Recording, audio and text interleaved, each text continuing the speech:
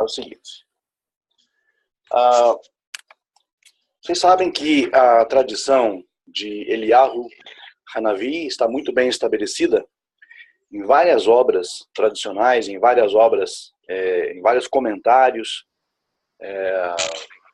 da Torá, do Tanar, e também em peças, digamos, fragmentadas aqui e ali da tradição, encontradas em várias obras, vários comentários, tanto antigos como modernos. Eu até mencionei para vocês na aula passada sobre as tradições racídicas acerca de Eliyahu, que se encontram num compêndio maravilhoso chamado Histórias do Rabi, do escritor Martin Buber. Esse é um livro que eu recomendo que as pessoas leiam, mas leiam com a devida descrição e com a devida ponderação, certo? É um livro que, na verdade, é muito produtivo, a sua leitura é muito produtiva, é uma leitura que traz, digamos, ao mesmo tempo, bom humor, né, um bom humor judaico, profundamente enraizado nas questões do sofrimento das comunidades judaicas do leste europeu, bem no comecinho, no século XVIII, começo do racidismo, e os debates, né, acerca da ética monoteísta, da ética judaica.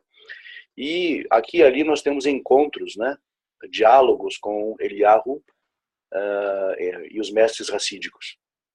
Claro, isso tudo no âmbito da metáfora, que é o principal aqui, né, o principal foco. Sempre entendendo desta forma. Muito bem. Nós temos diferentes teorias acerca da origem de Eliyahu, como nós já comentamos, inclusive, na última aula, mas é importante que a gente também entenda que no Midrash Rabbah, por exemplo, atribui a ele uma origem da tribo de Gad. Ou seja, no Midrash Bereshit Rabbah, precisamente no capítulo 71 desse Midrash, nós encontramos a referência a Eliyahu como pertencente à tribo de Gad, uma tribo do norte de Israel. Bom, há outra teoria também que diz que ele era da tribo de Benjamim e morava em Jerusalém, morava ao sul, então, né? E ele era um sacerdote, de acordo com essa tradição, e isso também encontra respaldo em várias proposições, até mesmo dos antigos líderes da igreja cristã. Os cristãos primitivos também pensavam que Elias era um profeta, embasados nessa tradição mais antiga, tradição judaica mais antiga.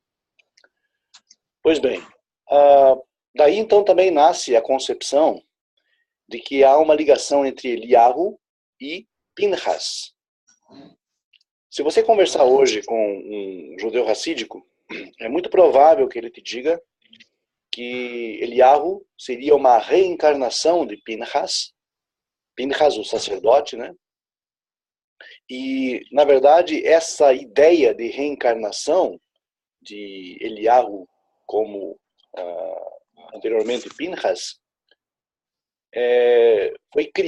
foi desenvolvida essa teoria justamente em cima dessa tradição que faz de Eliyahu um sacerdote, assim como Pinhas, né? Mas qual seria basicamente a ideia de associar, no caso, identificar Eliyahu com Pinhas? As fontes, nós temos o Pirkei do Rabi Elazar, o Targum Yerushalmi, e até mesmo escritos como de Orígenes, que é um dos primitivos patriarcas da igreja cristã.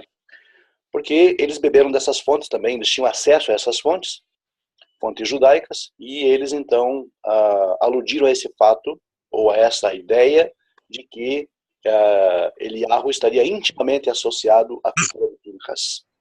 Daí vocês percebem então de onde começou essa história de que Eliyahu seria uma reencarnação de Pinhas. Na verdade, não é uma ideia de uma reencarnação, mas ele está associado, vejam, há uma grande diferença, associado à figura de Pinhas. E dessa associação, a figura sacerdotal de Pinhas, muitos judeus criaram a ideia de que Eliahu seria uma reencarnação do antigo sacerdote. É para vocês verem como que as coisas se desenvolvem, muitas vezes, essas teorias se desenvolvem, e você fica sem terreno, fica sem chão, sem saber o que compreender disso. Porque para um monoteísta estrito, a ideia da reencarnação, como a metempsicose, como é ensinada pelas religiões, e inclusive por boa parte do judaísmo, para o racionalista, para o monoteísta racional, isso não faz o menor sentido. Como nós todos aqui bem sabemos disso. Reencarnação, nos moldes da metempsicose, não faz o menor sentido. Essa é uma teoria que veio embasada, digamos, em conceitos hindus, em conceitos mais antigos, e passaram, de alguma forma, a influenciar aí a mente judaica a partir de determinado tempo. O que aconteceu? Esse desenvolvimento, esse contato com essas culturas, acabaram influenciando e criando essa teoria. Então, a partir daí, você percebe que até mesmo o próprio Eliahu é associado por meio de reencarnação a Pinhas. E nós já sabemos que agora isso se desfaz. Porque ele está associado apenas, ele é comparado na tradição, no Pirkei do Rabi Elazar, especificamente no capítulo 47, Targum Yerushalmi, sobre o livro de Números, capítulo 25, verso 12. Então essas fontes dizem que ele estava simplesmente associado, comparado. Não tem nada a ver com reencarnação. Reencarnação é uma outra história que vem muito tempo depois e não faz parte, então, do pensamento mais antigo do judaísmo. Bom, na verdade, explicando aqui a questão do Eliahu, a gente já resolve essa questão também da reencarnação, né? Ou pelo menos dá aí elementos para que vocês possam refutar tal ideia, porque essa ideia não faz parte do pensamento da Torá. Bom que se diga isso sempre. Emunot Vedeot, do grande Saadia Gaon, refuta a ideia de reencarnação como metempsicose, nos moldes que o espiritismo moderno acredita, ou que o judaísmo moderno acredita, refuta isso. O Saadia Gaon é inquestionável no mundo judaico, né? Enfim, eu acho que aí nós temos elementos, então, para rejeitar essa ideia que não faz parte da tradição mais antiga e original de Israel. Isso é importante que se foque. Bem, acontece o seguinte. Em outras partes da tradição, em alguma literatura clássica mais antiga, como o chamado Yalkut Reubeni, sobre Bereshit 9, de acordo com essa literatura chamada Yalkut Reubeni, Eliahu era um anjo em forma humana, e por esta razão ele não tinha nem pais e também nem descendência. Bom, aqui no Yalkut Reubeni você vai ver a fonte dessa ideia, de onde foi tirada essa ideia. Que o Eliahu seria um malach, seria um anjo em forma humana. Bom, essa ideia, ela é obviamente metafórica, ela é obviamente uma ideia alegórica. Por quê? Porque nós temos firme convicção de que malach, não são seres, não têm personalidade, não são pessoas. Ah, mas professor, mas os anjos têm nome. Tem o Gabriel, tem o Miguel, tem o Rafael. Sim. Sim, os nomes são atribuídos a essas características. Nós não damos nome a todas as coisas que existem. Tudo aquilo que existe, a tendência é você chamar por um nome. Seja um nome pessoal, digamos, de uma pessoa, seja um nome, digamos, comum, simples, como um objeto qualquer. A nossa realidade aqui faz com que nós tenhamos a necessidade de chamar tudo por um nome.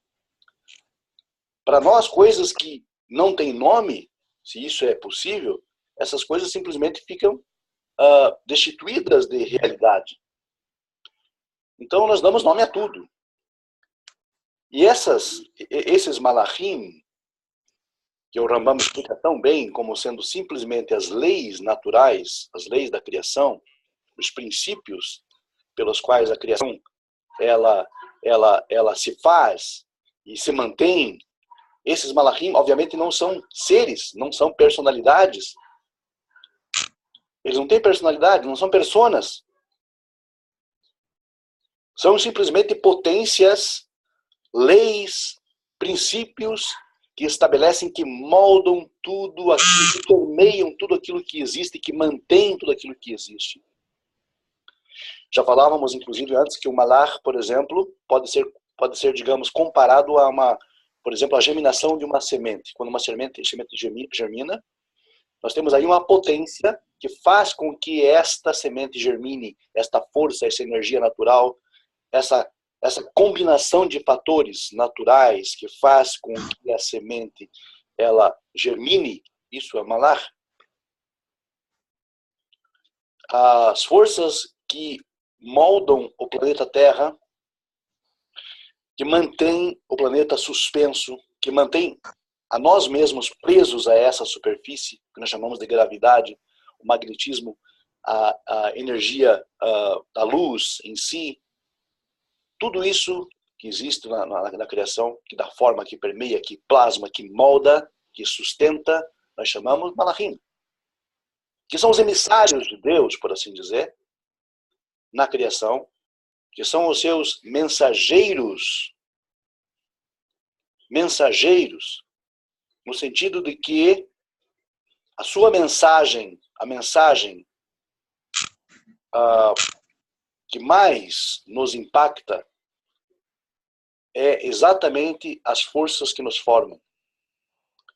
A mensagem de um malach, por exemplo, que dá forma ao nosso corpo, que, digamos, de alguma forma nos capacita, de alguma forma nos dá energia, a energia que retiramos dos alimentos, a energia que usamos para falar, para pensar, sim, também gastamos energia, para nos mover, tudo isso está voltado para a ideia do malach como mensageiro de Deus que plasma, molda, dá forma e sustentação à sua criação.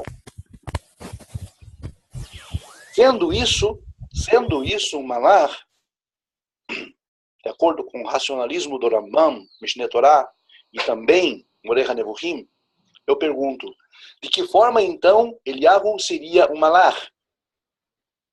Ou melhor, a representação de um malach? É claro que de forma alegórica, há na tradição o nome de um malach chamado Sandalphon. Esse Sandalphon você não vai encontrar na literatura bíblica. Porque a literatura bíblica não traz primitivamente nomes de malachim. Você não vai encontrar. Mas Sandalphon está presente em várias obras judaicas. De menor importância e de maior importância, a própria Gamará. E aí você vai ver, então, que a associação de Eliyahu com Sandalphon se dá pelo fato de que Sandalphon representa, por assim dizer, a aliança de Deus com Israel. Então, em dado momento da história judaica, nós percebemos que Israel estava profundamente envolvido com práticas nada, digamos, desejáveis. Absolutamente indesejáveis. Assim, o que acontece? O que nós percebemos é que Eliyahu chega no exato momento em que Israel mais precisa. Ele aparece do nada, ele surge do nada, e ele para o nada vai, por assim dizer. Aparentemente assim. Bom, Nós vimos então Eliahu chegar do nada, chamado de Tisbita. Tisbita significa aquele que habita, vem da raiz Yashav, Yoshev, aquele que habita ou que se assenta com os homens.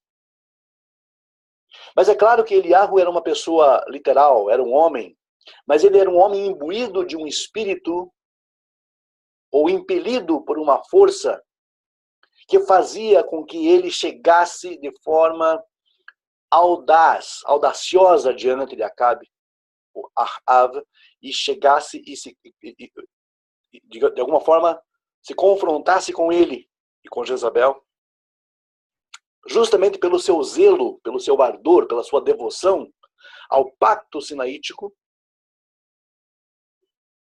Então essa índole, essa personalidade de Eliahu Hanavi representa a exata figura de Sandalphon. Desta força, desse malar, que impele, por exemplo, as pessoas, os judeus, vamos dizer assim, a cumprir a sua parte no pacto. Esse vínculo, Sandalphon representa o vínculo, então, da aliança, o vínculo da Messorá, da tradição, que Israel havia perdido, que Israel havia simplesmente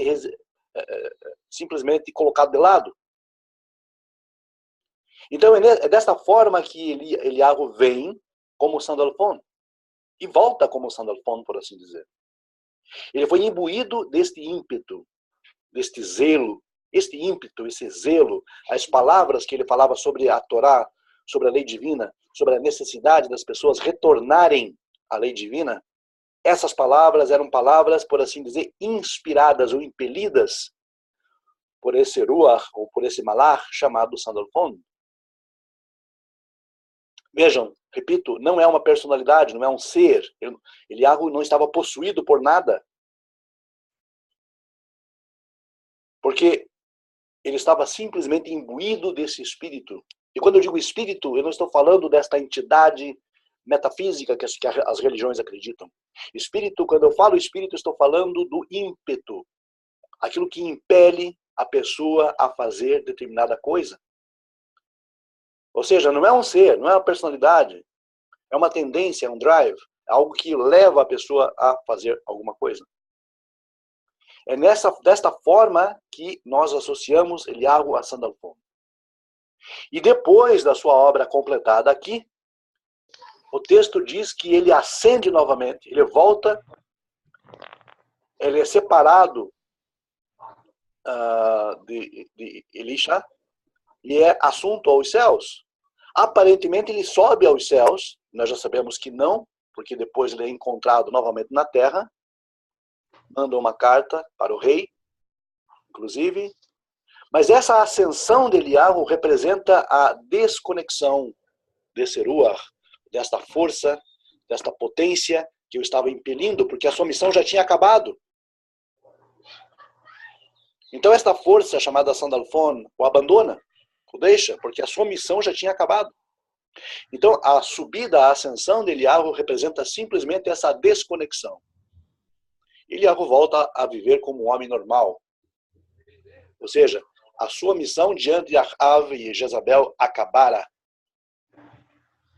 Todo aquele ímpeto, aquela força, aquele zelo necessário para limpar, para purgar a nação que estava contaminada com a idolatria, tudo aquilo então foi usado durante esse período do ministério de Eliahu, do trabalho dele, da sua obra, e depois disso, simplesmente, ele é desconectado desta força, por assim dizer. Então essa ascensão representa isso. É uma representação e não uma realidade física que Eliahu ascendeu aos céus e subiu aos céus. É claro que vocês vão ouvir histórias de que Eliahu ascendeu literalmente aos céus, que subiu aos céus. Só que nós temos que entender o seguinte: Eliahu era um ser físico. E um ser físico não pode ascender, digamos, a um reino espiritual, a um mundo espiritual. Por mais que nós entendamos que, vamos entender assim, digamos, de uma forma geral, que quando nós falamos de céu, ou quando falamos dos malachim, falamos do próprio trono da misericórdia, o trono da glória de Deus. Por mais que nós nos esforcemos, vamos fazer um pouquinho aqui, digamos, vamos conceder um pouquinho de dúvida. Digamos que o céu fosse um local. Nós sabemos que não é um local. Mas é um local espiritual, ok? Mas como é que pode acender um corpo físico a um local espiritual? Então não faria o menor sentido? É óbvio que Eliahu não ascendeu a local algum, até porque esse local não existe. Esse local, quando nós dizemos local, estamos falando de fisicalidade. Eliahu não poderia subir fisicamente a algo que não existe, no âmbito físico, no âmbito desta realidade. Então, o que o texto está nos mostrando é que houve então essa desconexão. E Eliahu passou a viver uma vida normal. Nós não sabemos mais nada acerca dele, exceto aquela carta que ele manda para o rei na sua geração, mas depois nós não temos nada mais acerca dele. Mas isso é comum, isso é normal nos personagens bíblicos. Nós temos vários assim. E não precisamos ficar criando histórias ou fantasias acerca de pessoas só pelo fato de que elas não são mais mencionadas no texto bíblico. O mesmo se diz, por exemplo, acerca de Melquisedeque, o Melquisedeque, porque na Escritura não mostra, na Torá não mostra sua família, não mostra sua semente, seus filhos. Então as pessoas começam a conjecturar, dizendo que Melquisedeque seria um ser divino ou um ser semidivino. E aí criam as fantasias, as ilusões, como os essênios criaram, e pensavam que Melquisedeque fosse uma figura messiânica. Daí vem o cristianismo e adota essa ideia e acha que Melquisedeque seria uma representação do próprio fundador da sua religião.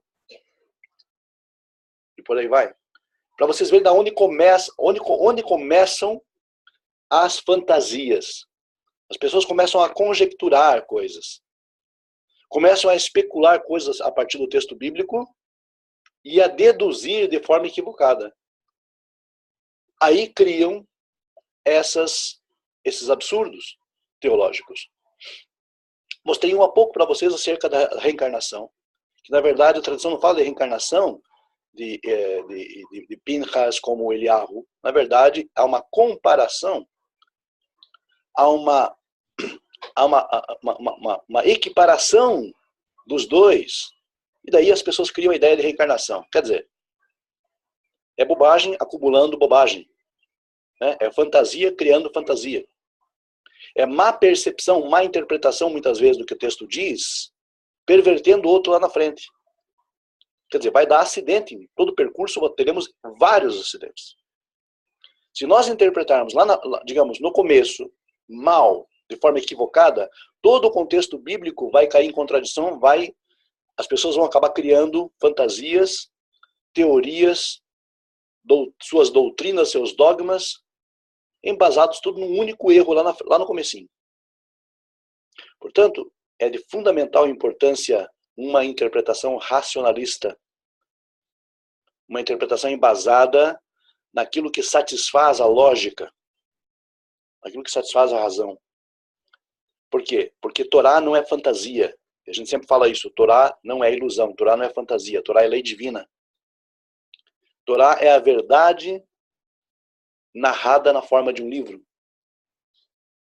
Torá é a realidade narrada na forma de um livro. E nós não podemos tratar a realidade, nós não podemos tratar a verdade de forma leviana. Nós não podemos jamais tratar a verdade e a realidade de forma leviana, como se fossem fantasias que só servem de escárnio, que só servem de gozação, de brincadeiras, digamos, nos meios ateístas ou nos meios, digamos, céticos. Essas teorias fantasiosas criadas pela mente humana acabam distorcendo, fazendo com que a Torá perca o seu valor. Desta forma, criando essas teorias e essas fantasias ridículas sobre a Torá, as pessoas trazem vergonha ao nome de Hashem e, na verdade, acabam blasfemando o nome de Hashem pelo fato de dar lugar e espaço para que os céticos critiquem, zombem e tratem a Torá de forma leviana.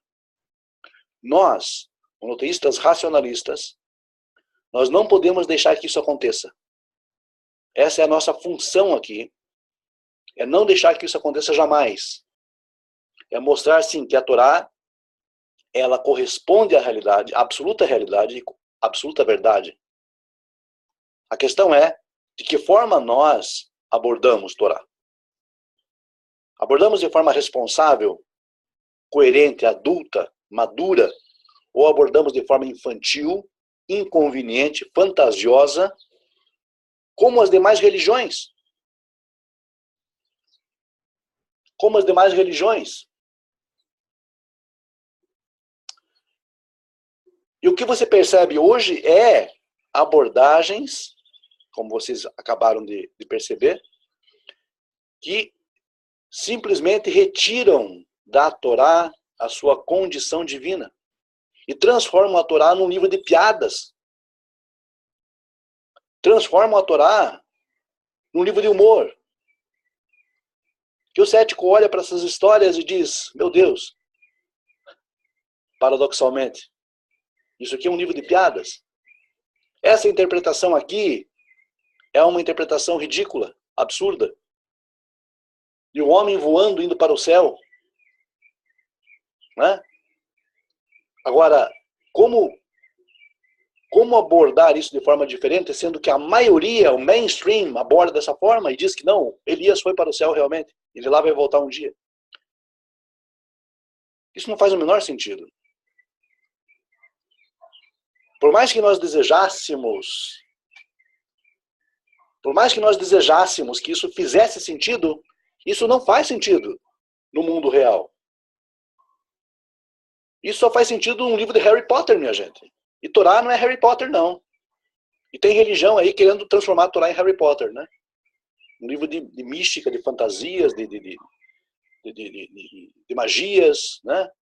De coisas realmente assim, que de alguma forma vão trazer pejo, vergonha. E muitas abordagens judaicas acabam indo por esse caminho, se você não tomar cuidado. Não que os sábios de abençoada memória tenham interpretado assim. O problema está na mente moderna. Na mente moderna, que não sabe ler as entrelinhas da sabedoria dos antigos. São analfabetos funcionais na leitura das entrelinhas dos sábios. E eu, pessoalmente, já pude perceber isso N vezes. N vezes. E vocês também, com certeza. Isso acaba distorcendo a ideia, acaba contribuindo para, cada vez mais, a ignorância. Acaba dando fomento para a ignorância. Acaba, de alguma forma, ampliando, não a elucidação, mas sim trevas, ignorância, e me desculpem a palavra, burrice, ao mesmo tempo. Porque eu vejo interpretações, muitas vezes de cunho judaico, ou de fonte judaica moderna, sobre o que os sábios dizem, que eu fico com os meus últimos fios de cabelo que eu tenho na cabeça em pé. De tão absurdas que são, de tão ridículas que são, de tão fora da realidade que são. Me dá vergonha alheia de ler alguma coisa, muitas vezes alguma coisa. Por quê? Porque simplesmente muitas pessoas estão voltadas, eu sempre falo isso, estão voltadas para a sua prática pessoal, dos seus dogmas acalentados, longamente acalentados, dos seus ritos, suas cerimônias voltados para si, e não percebem o cenário maior. E esse cenário maior, ele é absolutamente inclusivo. Esse cenário maior, ele é absolutamente inclusivo. Ele inclui. Há uma mensagem nas entrelinhas da Torá para todo homem, para toda a humanidade. Nós sabemos disso, estamos aqui exatamente por isso. É por percebermos isso que estamos aqui hoje, não judeus, estudando o Torá, conhecendo o Torá, procurando saber mais. Repito, não que as palavras dos sábios de abençoada memória estejam incorretas. Jamais. O problema é como se lê a sabedoria deles. Quem estuda a Torá de forma ciosa, de forma responsável, de forma criteriosa, sabe do que eu estou falando. Já experimentou aquilo que eu estou falando. Nós não podemos olhar a Torá tal como um simples livro, que traz historinhas. Não é essa a abordagem. Não será jamais. Hoje em dia, você percebe que há pessoas que pensam desta forma. E desta forma vão continuar errando. Desta forma vão continuar criando fantasias, alimentando a fantasia dos tolos. E de alguma forma, criando uma legião de tolos. Pensando estar educando as pessoas em monoteísmo, estão criando uma geração de tolos. Infelizmente. Essa é a realidade hoje. E nós, convenhamos, nós precisamos ser diferentes. Porque se nós não formos diferentes, se nós não olharmos a Torá pela perspectiva correta, se nós não conseguirmos ler as entrelinhas das palavras dos sábios, nós jamais atingiremos esse conhecimento. Jamais conseguiremos ter uma noção do que seja. Então, foquem sempre nisso. E entendam que é mais do que vital. É mais do que importante. É mais do que importante. É mais do que vital. Vocês abordarem a Torá de uma forma responsável. De uma forma realmente acadêmica. Como os sábios faziam na antiguidade. E, infelizmente, hoje, modernamente, pouco você encontra disso. Se é que você consegue encontrar, digamos, em algum momento. Enfim, nós devemos continuar agora com Eliahu e a sua ascensão. Nós falávamos, então, que essa ascensão de Eliahu corresponde à sua desassociação, o seu desvincular com essa força, ou com esse malach chamado Sandalphon, com o título de Sandalphon. Nós temos uma série de tradições posteriores no judaísmo que ensinam que Eliahu ele vem no final dos dias para anunciar a vinda do Mashiach. Bom, na verdade, o clímax da atividade de Eliahu é justamente a vinda do Mashiach. Por todo esse tempo, é como se Eliahu estivesse desaparecido, sumido da história, simplesmente sumiu da história, não aparece mais, e só depois então nós temos o retorno dele, ou menção a ele, pouco antes da era do Mashiach. Ele é apontado então nas eras vindouras como aquele que deverá restaurar as tribos de Yaakov, diz, no caso, o livro de Eclesiástico, que é um livro apócrifo, mas que traz também essa mesma tradição.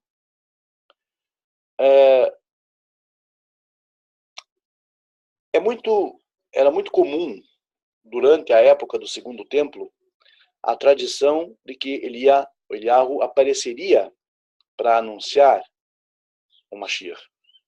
Restaurar, então, também a pureza das famílias sacerdotais. E essa era a opinião do Rabban Yohanan Ben Zakkai, como nós vemos lá no Eduyot, capítulo 7, Amud 7, tratado do Talmud. Bom, ele também deveria trazer a paz, deveria ajustar as diferenças. Esperava-se também que todas as controvérsias e disputas legais que se tinham acumulado durante o curso do tempo, Eliyahu resolveria. E as questões rituais difíceis que os judeus não entendiam muito bem, as passagens da Escritura que pareciam conflitantes, tudo isso estaria a cargo de Eliyahu explicar, explanar, resolver. E o Talmud tem várias referências sobre isso. Menachot 45b. Nós temos também o Pirkei de Rabi Natan, Bereshit, Midrash Rabbah, que falam exatamente sobre isso. Sobre essa função de Eliyahu, que seria resolver essas questões legais, controvérsias legais que os judeus têm, explicação de algumas leis rituais e explicação de passagens controversas. Até isso estaria a cargo de Eliyahu. Ele seria, então, ocuparia o ofício de intérprete da lei, e essa função ele exerceria por toda a eternidade, para sempre. Mas a noção que mais realmente ganhou força foi da missão de Eliyahu como sendo o precursor do Mashiach, aquele que viria então anunciar a vinda do Mashiach. E claro, ajustar essa questão sacerdotal. Ajustar essa questão sacerdotal.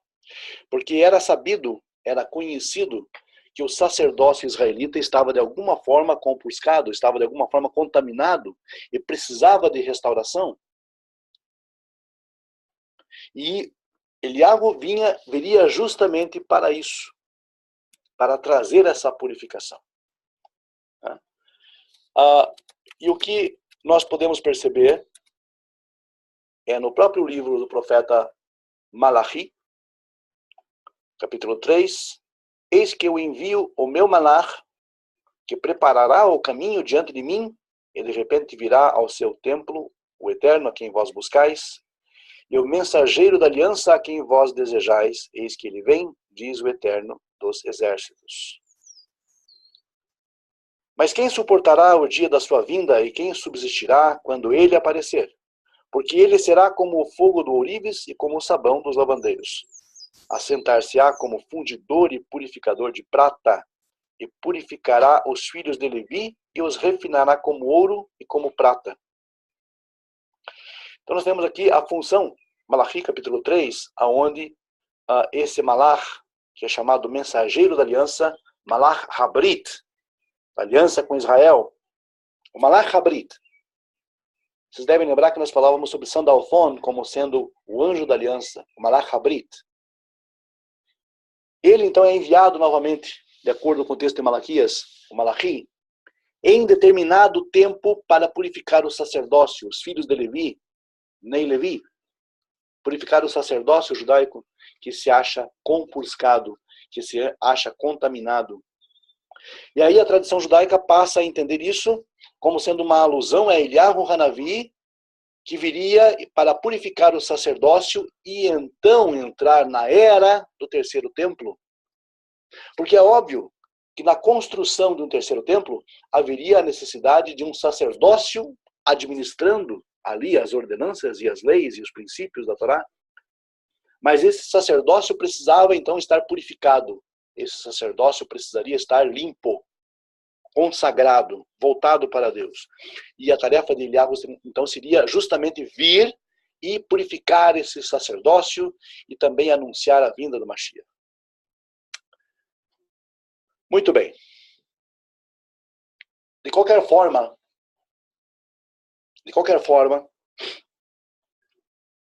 seja qual for a interpretação que possamos dar aqui,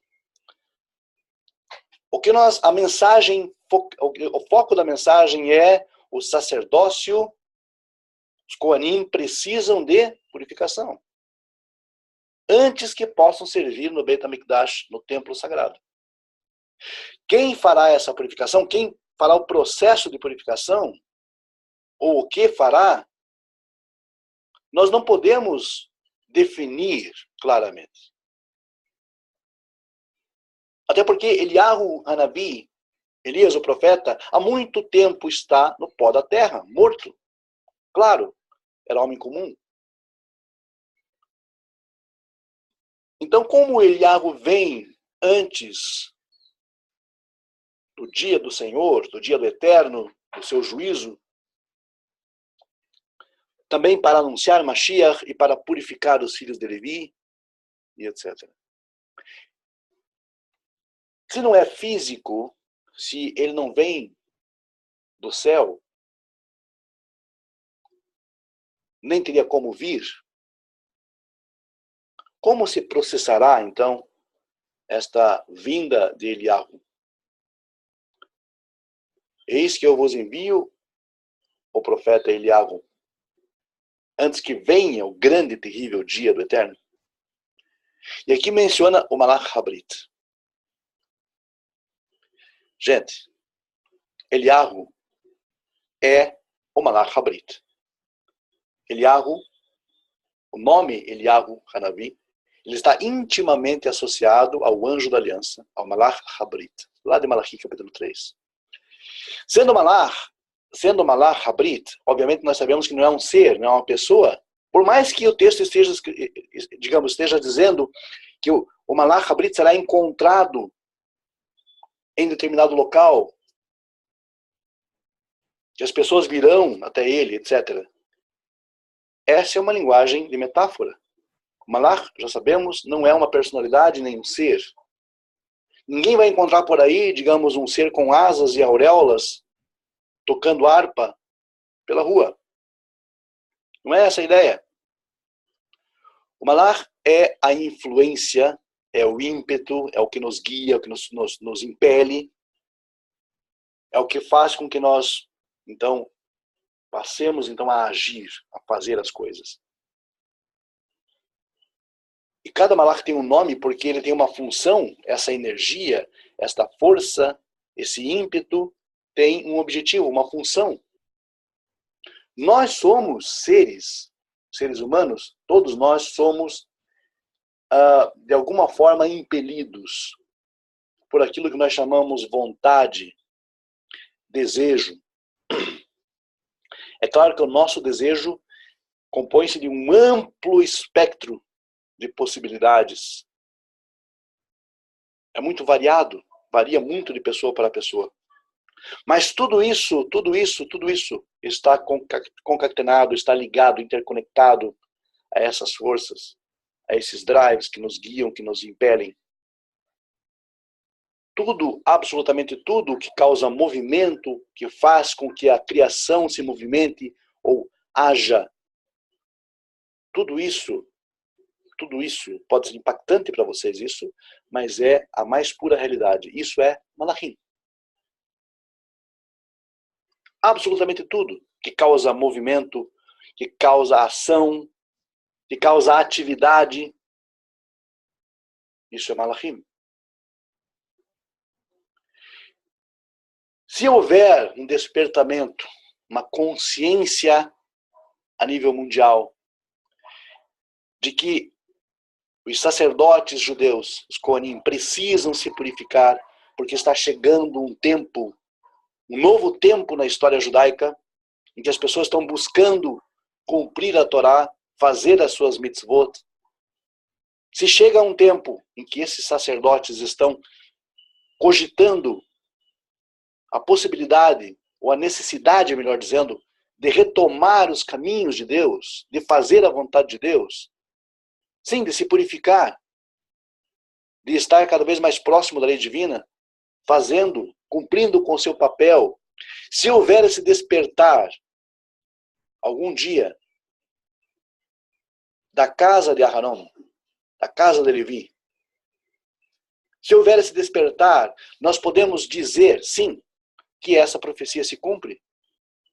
Ou seja, que o Malach Habrit, o anjo da aliança, está de alguma forma influenciando essa tendência nos sacerdotes.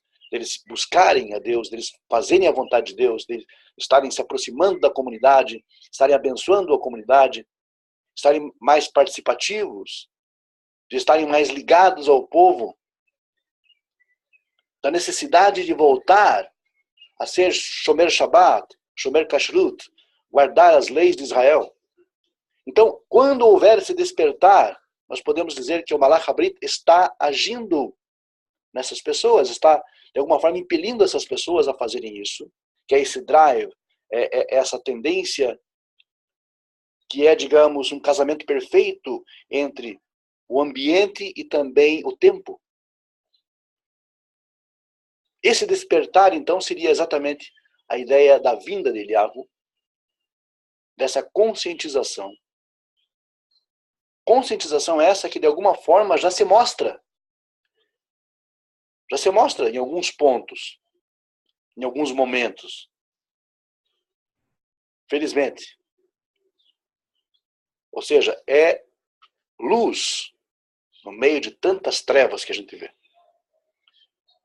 Essa ideia, então, de preparação, de vinda de Eliyahu Hanavi, e da conversão dos pais aos filhos, dos filhos aos pais, isso também mostra uma disposição das pessoas, dos mais jovens, inclusive, de estar influenciando os mais antigos que perderam o vínculo com a sua aliança, com a aliança paterna, com a aliança sinaítica, de chamar os pais, de chamar os avós a cumprir a Torá, a observar as mitzvot. Essa tendência, quando observada, se em algum momento você observar essa tendência, você pode dizer isso é justamente Eliyahu Hanavi. Isto é realmente um cumprimento de que o coração dos pais seriam convertidos aos corações dos filhos. Ou seja, que as pessoas procurariam de fato cumprir a Torá de forma plena, de forma razoável, racional, de forma coerente com a realidade, com a verdade. Então esse momento, quando vocês observarem em alguma instância, em algum momento, coisas desse tipo, vocês podem associar tranquilamente isto à vinda de Eliyahu Hanavi. Mas isso tem que ser uma tendência. Isso não pode ser um caso isolado aqui e ali. Isso tem que ser uma tendência. Tem que ser um momento, se é que nós vamos viver esse momento, se é que isso não está muito ainda adiante, à frente do nosso tempo, do nosso futuro, nós não sabemos. Se nós vivenciarmos essas características, nós poderíamos dizer então que estará se cumprindo esta parte da profecia do Malachi, que diz acerca do retorno de Eliyahu e da conversão do coração dos pais aos filhos, dos filhos aos pais, e também a purificação do sacerdócio, que é algo preparatório para Yemot HaMashiach, os dias do Mashiach. Vamos fazer então a nossa pausa aqui agora nesse momento, para que vocês possam comentar e fazer algumas perguntas que talvez tenham surgido ao longo desta conversa.